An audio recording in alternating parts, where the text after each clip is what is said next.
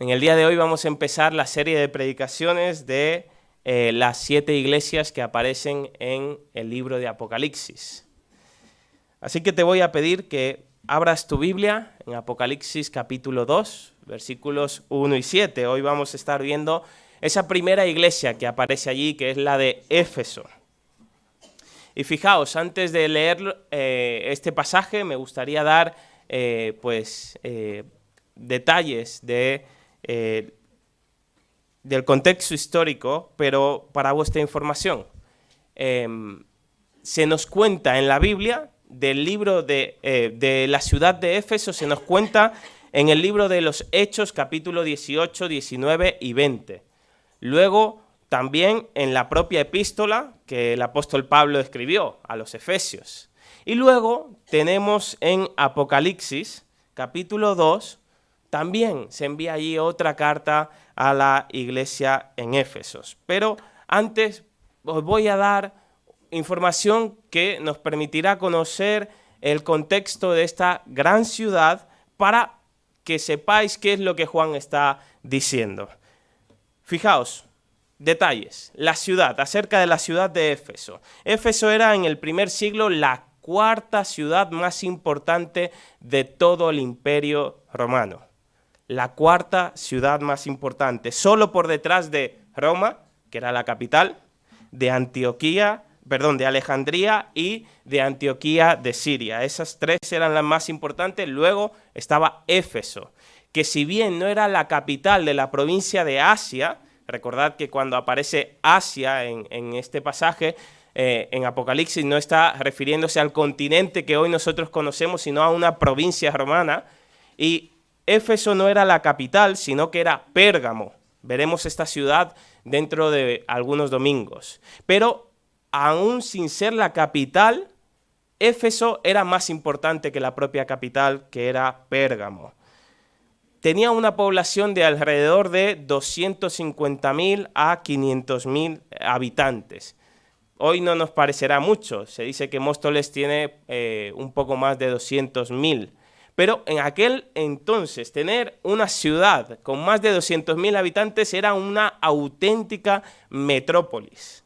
Era una ciudad bastante importante y bastante grande. Era una ciudad también que tenía el estatus de ciudad libre, por lo tanto tenía un autogobierno. No era gobernada directamente por Roma, sino que era una de esas ciudades libres. También era una ciudad sumamente importante debido a su localización geográfica, porque tiene un puerto, porque por ella pasaban bastantes de las grandes carreteras que unían todo el Imperio Romano. Entonces, estamos hablando de una ciudad muy importante, la ciudad de Éfeso. En cuanto a religión, Éfeso adoraba a Artemisa. Si no os suena, es la que para los romanos llamaban Diana. Esta es la que aparece en La Reina Valera de 1960. Diana de los Efesios. Era su diosa. Ella daba identidad y orgullo a los ciudadanos de Éfeso. El templo de Artemisa era majestuoso. Era considerado una de las 7 maravillas del mundo antiguo. Por otro lado, también no solo adoraban a Diana o a Artemisa, sino que adoraban a varios dioses. Incluso adoraban al emperador romano, práctica que se hizo bastante común a finales del primer siglo. Y último detalle acerca de la ciudad de Éfeso. Era muy conocida también por su inmoralidad. Era una ciudad donde la inmoralidad era el pan de cada día. No tanto como los corintios, pero no muy lejos estaba. De hecho, para los más jóvenes que habéis dado filosofía, ¿os suena Heráclito de Éfeso? Bueno, este fue uno de los filósofos presocráticos más importantes y fijaos, él era de Éfeso y se nos dice acerca de él que se le llamó el filósofo llorón. El filósofo llorón. Y la explicación era que él lloraba debido a la inmoralidad de la ciudad donde vivía, es decir, de Éfeso. Así que imaginaos la inmoralidad que tenía esta ciudad de Éfeso. Muchos historiadores, debido a la importancia de esta ciudad, la llamaban la luz de Asia, de esta provincia, ¿vale? Conociendo estos detalles, sobre todo este de la inmoralidad, imaginaos, allí llega el apóstol Pablo y dice, ¿dónde voy a plantar una iglesia? En una ciudad muy estratégica, muy importante, a pesar de la inmoralidad, eso no lo echa para atrás, sino que él decide plantar allí la semilla del evangelio que daría fruto. La iglesia en Éfeso fue plantada y fundada por la actividad misionera del apóstol Pablo y de sus colaboradores, probablemente alrededor del año 52, quedaron más o menos con esa fecha. Sabemos que él estuvo allí en su segundo viaje misionero, junto con Aquila y Priscila. Más tarde llegaría Apolos, eso lo tenéis en Hechos capítulo 18. En Hechos 19 se nos cuenta que el apóstol Pablo pasó entre 2 y 3 años en aquella ciudad, más que en cualquier otra, al menos de manera voluntaria. Y desde allí, desde Éfeso, debido a que era una ciudad estratégica, entonces el apóstol Pablo envía a sus colaboradores a fundar iglesias. Por ejemplo, Epafras, que fue a Colosas, Hierapolis y Laodicea, lugares que estaban cercanos allí. También desde Éfeso escribió algunas de sus epístolas. Finalmente, debo deciros que Éfeso es conocida porque allí estuvo Pablo, pero después de Pablo allí estuvo de pastor Timoteo. Y después de Timoteo se dice, los historiadores, que estuvo el apóstol Juan. Así que imaginaos el bagaje espiritual que tenía esta ciudad. No solamente era grande e importante a nivel estratégico, sino que espiritualmente hablando era una ciudad, era una iglesia que había tenido a lo mejor del cristianismo de aquella época. El apóstol Pablo y sus colaboradores, a Timoteo y luego incluso al propio apóstol Juan. Era una iglesia muy importante, muy importante. Si fue fundada alrededor de la década de los 50, quedémonos con el 52, estamos hablando que el apóstol Juan va a escribir Apocalipsis. Yo soy de los que piensan que lo hace en el año 96 o décadas del 90, así que estamos hablando que han pasado unos 40 años entre su fundación hasta que el apóstol Juan escribe esta carta que aparece en Apocalipsis. ¿Sabéis cuántos años tiene la Iglesia Evangélica de Móstoles? 42 o 43. Fue fundada en el 81. ¿Os podéis identificar con la Iglesia de Éfeso? Porque fue fundada en el 52, se escribe Apocalipsis en el 96, así que unos 40 años después es cuando Juan va a escribir esto. Así que es como nuestra iglesia, la iglesia de Éfeso. Una iglesia que empezó muy bien y ahora ¿en qué condición espiritual se encuentra? Lee conmigo Apocalipsis capítulo 2, versículos 1 al 7. Por cierto, el autor del Apocalipsis no es Juan primeramente, porque él no escribe porque sí. Él escribe lo que el Señor Jesucristo le dice. Entonces quien envía la carta a Éfeso no es Juan, es el Señor Jesucristo. Y fijaos lo que el Señor le dice a esta iglesia. Escribe al ángel de la iglesia en Éfeso, el que tiene las 7 estrellas en su diestra, el que anda en medio de los 7 candeleros de oro, dice esto: yo conozco tus obras y tu arduo trabajo y paciencia, y que no puedes soportar a los malos, y has probado a los que dicen ser apóstoles y no lo son, y los has hallado mentirosos. Y has sufrido, y has tenido paciencia, y has trabajado arduamente por amor de mi nombre, y no has desmayado. Pero tengo esto contra ti, que has dejado tu primer amor. Recuerda, por tanto, de dónde has caído, y arrepiéntete, y haz las primeras obras, si no, vendré pronto a ti y quitaré tu candelero de su lugar si no te hubieras arrepentido. Pero tienes esto, que aborreces las obras de los nicolaitas, las cuales yo también aborrezco. El que tiene oído, oiga lo que el Espíritu dice a las iglesias. Al que venciere, le daré a comer del árbol de la vida, el cual está en medio del paraíso de Dios. Hasta aquí la palabra del Señor. Vamos a ver esta y todas las iglesias bajo un mismo bosquejo. Si lo queréis aprender, siempre veremos las iglesias bajo 4 puntos. En primer lugar, veremos un elogio. En segundo, una crítica. Tercero, una instrucción, una orden. Y por último, una promesa. Elogio, crítica, instrucción y promesa. Pero antes del elogio, en el versículo 1, aparece una especie de introducción. El Señor Jesucristo le dice a Juan, escribe una carta que va dirigida a el ángel de la iglesia en Éfeso. ¿Qué quiere decir esto del ángel?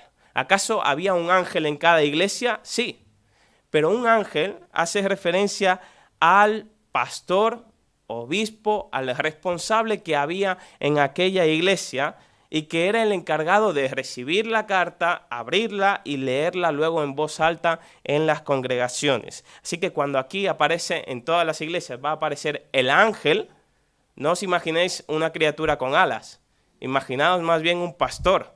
No sé si llevaría corbata en aquella época, pero es un pastor, ¿de acuerdo? Lo segundo que vemos en el versículo 1 es que Jesús se presenta a la iglesia. En cada iglesia se va a presentar de una manera diferente. A los efesios le dice, el que tiene las 7 estrellas en su diestra y el que anda en medio de los 7 candeleros de oro. Ahora, ¿os habéis fijado que aquí se mencionan por un lado estrellas y por otro candeleros? Bueno, en Apocalipsis 1:20 se nos traduce. ¿Qué son las estrellas? ¿Qué simbolizan? No hay que especular. Apocalipsis 1:20 dice claramente que las estrellas hacen referencia a esos ángeles que acabamos de hablar, es decir, los pastores, y los candeleros representan a las iglesias. Fijaos que dice que son 7, ¿no? Apocalipsis 1:20. Ahora, ¿qué significa esto de que Jesús tiene las estrellas, es decir, los pastores, en su diestra, en su mano? Bueno, esto a mí me ha reconfortado mucho mientras lo estudiaba esta mañana, porque a mí me enseña que esto nos habla del cuidado del Señor para con los que lideran su pueblo.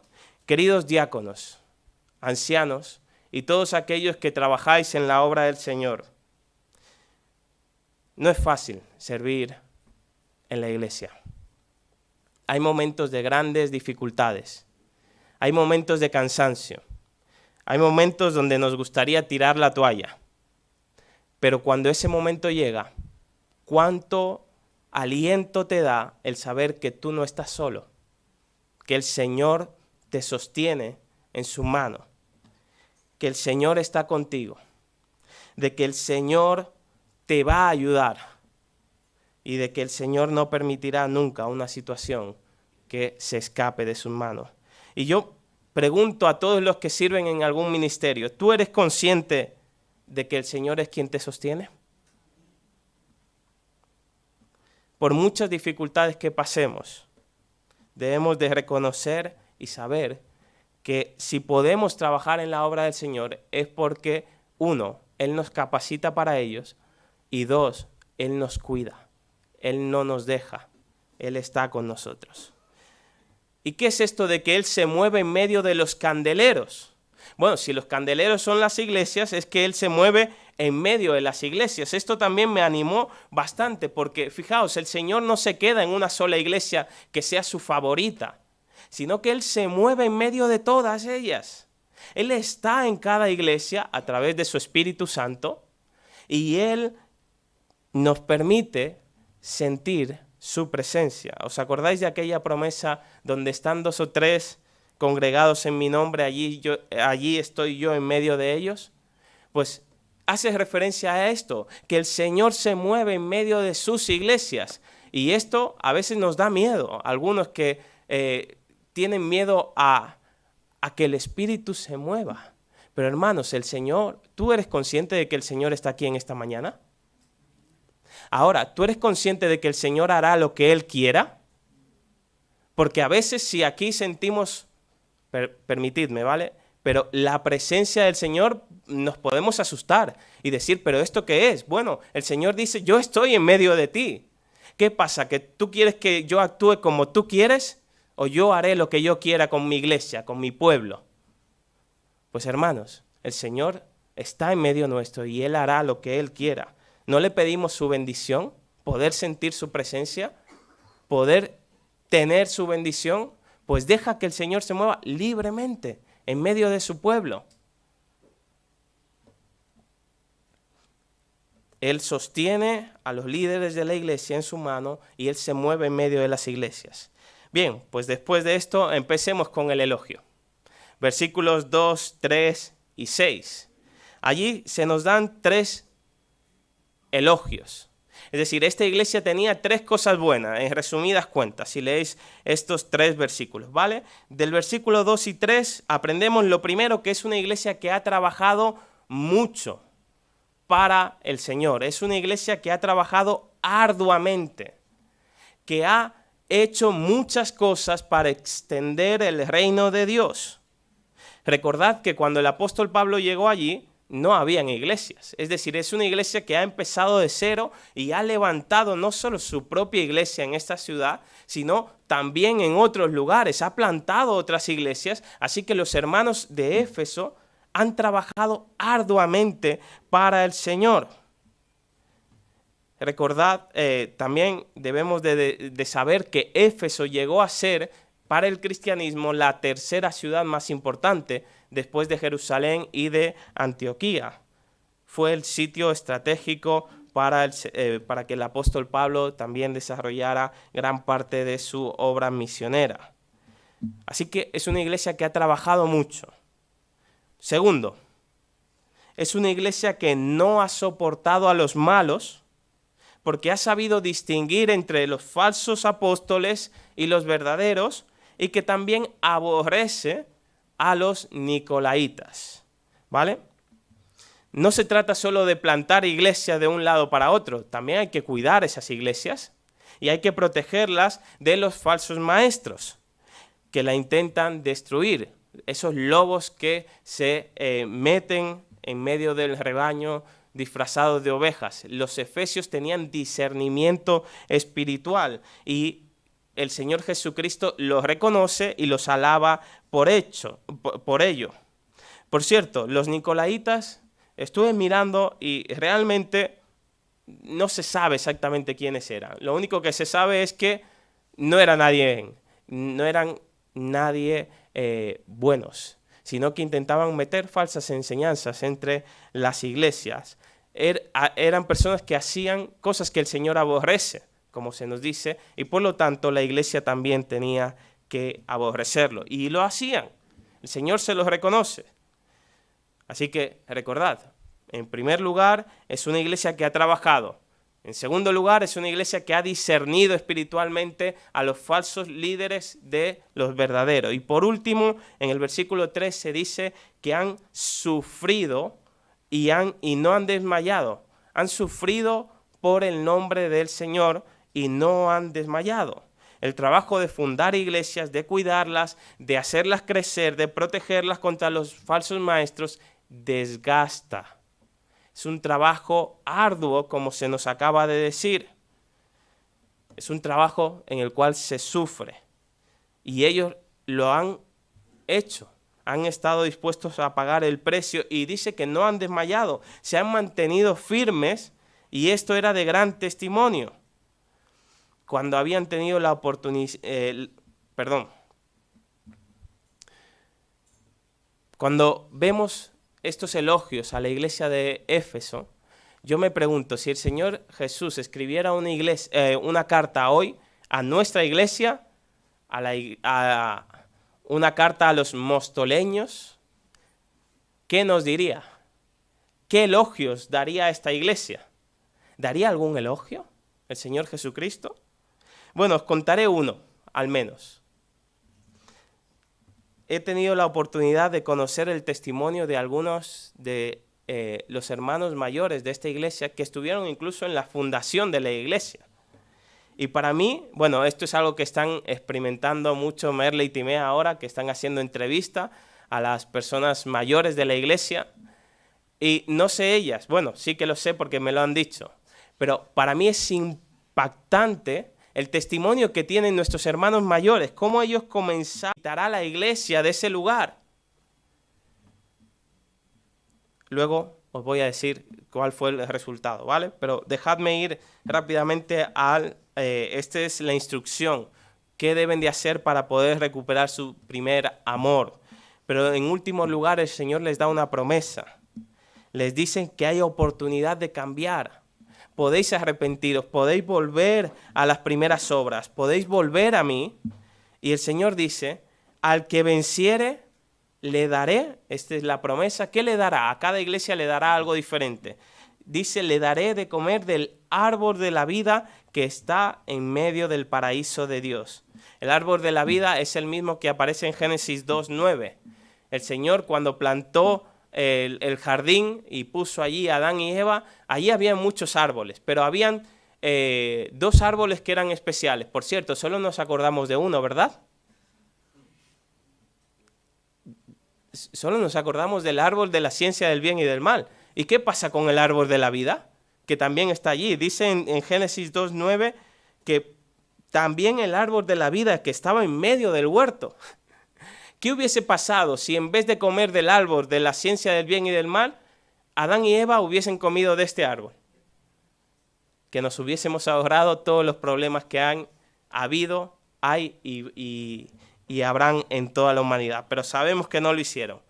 Cuando comieron del árbol equivocado, entonces ese árbol, el Señor saca a Adán y Eva del huerto y ese árbol desaparece de la Biblia, excepto cuando llegamos aquí a Apocalipsis 2. Y luego hay otra mención en Apocalipsis 22:2, donde se nos dice que también comeremos allí en la presencia del Señor de ese árbol. Y dice, fíjate, y las hojas del árbol eran para la sanidad de las naciones. Interesante, pero no puedo detenerme qué pasaría o qué pasará cuando comamos de ese árbol, ¿de acuerdo? Hermanos, aquí está la primera de las 7 iglesias. Es una iglesia a la cual el Señor regaña por haber dejado su primer amor. La pregunta para ti y para mí. La primera es para ti. ¿Cómo está tu amor por el Señor? ¿Te has fijado que he dicho cómo está tu amor y no vienes a la iglesia cada domingo? ¿Participas en algún ministerio? Cuando estamos en la alabanza, ¿cantas? ¿Levantas las manos? No, esas son actividades. No quiero saber lo que haces, quiero saber cómo está tu amor, cómo está tu interior, cómo está tu amor por el Señor. ¿Se ha enfriado? ¿Está ardiente? Si está ardiente, ven, contágiame, enciéndeme, para que podamos alabar al Señor juntos, como el Señor quiere. Pero si está frío, hermanos, ¿qué debemos de hacer? Lo que el Señor manda a esta iglesia. Reconocerlo, arrepentirnos y cambiar. Segundo, iglesia, en colectivo, ¿cómo está nuestro amor por el Señor? Hacemos muchas cosas, y te lo puedo asegurar, hacemos muchas cosas. Pero, ¿estamos cayendo en el activismo? ¿O estamos haciendo esas obras que al Señor le agradan y por la cual Él ama a su iglesia? Recuerda, el Señor te ama no por lo que haces, sino por lo que eres. Eres un hijo de Dios, lavado por su sangre. Eso te hace importante, no lo que puedas hacer. La iglesia de Éfeso se escribe probablemente esta carta en el Apocalipsis sobre el año 96. Unos 10 años después se escribe otro hombre llamado San Ignacio. ¿Os suena? Paco, seguro que sí. Sí, Ignacio de Antioquía, padre de la iglesia, así se conoce a los primeros, después de los apóstoles, los que continuaron se les suele conocer como los padres de la iglesia. Vale, unos 10 años después, es decir, que estamos a principios del segundo siglo, Ignacio escribe a la iglesia de Éfeso, a la misma iglesia, y os voy a leer la cita. Ignacio dice a la misma iglesia: di una tierna bienvenida a vuestra iglesia que se ha vuelto tan querida para nosotros por su naturaleza íntegra, caracterizada por fe en Jesucristo nuestro Salvador y amor a Él. ¿Has escuchado? Es decir, que el Señor ha mandado a esta iglesia a arrepentirse. ¿Sabes lo que pasó poco tiempo después? Se arrepintieron. Fue una iglesia que fue restaurada. Porque los testimonios como este, tan cercano, 10 años después de Ignacio, nos lo confirman y hay otros. Ahora, ¿qué pasó a lo largo de la historia? ¿Siguieron bien? Lamentablemente no, hermanos. Porque cuando pasaron los siglos, la iglesia de Éfeso volvería a caer en algo. Y el Señor, ¿os acordáis cuál fue la advertencia? Arrepiéntete porque si no quitaré el candelero, es decir, quitaré la iglesia del lugar donde está. Fue lo que sucedió. La iglesia de Éfeso hoy en día estaría en Turquía y Turquía es hoy en día uno de los países donde menos testimonio cristiano hay. Así que imaginaos, pasó en 20 siglos de ser una de las iglesias más importantes, más potentes que había para el cristianismo a ser hoy un lugar donde prácticamente no hay testimonio del Señor. El Señor quitó el candelero de este lugar, efectivamente. Es mi deseo, queridos hermanos, que en esta mañana podamos aprender de la iglesia de Éfeso, que podamos quedarnos con aquellas cosas buenas, trabajemos arduamente por el Señor, tengamos cuidado con las personas que vienen, esos lobos vestidos de ovejas, pero también suframos por el nombre del Señor, porque vale la pena. Y si hemos dejado que nuestro primer amor decaiga, se enfríe, hoy el Señor te manda a arrepentirte, volver a Él y ser de testimonio, ya no en Éfeso, sino en Móstoles. Quiere el Señor que esta iglesia lo pueda hacer.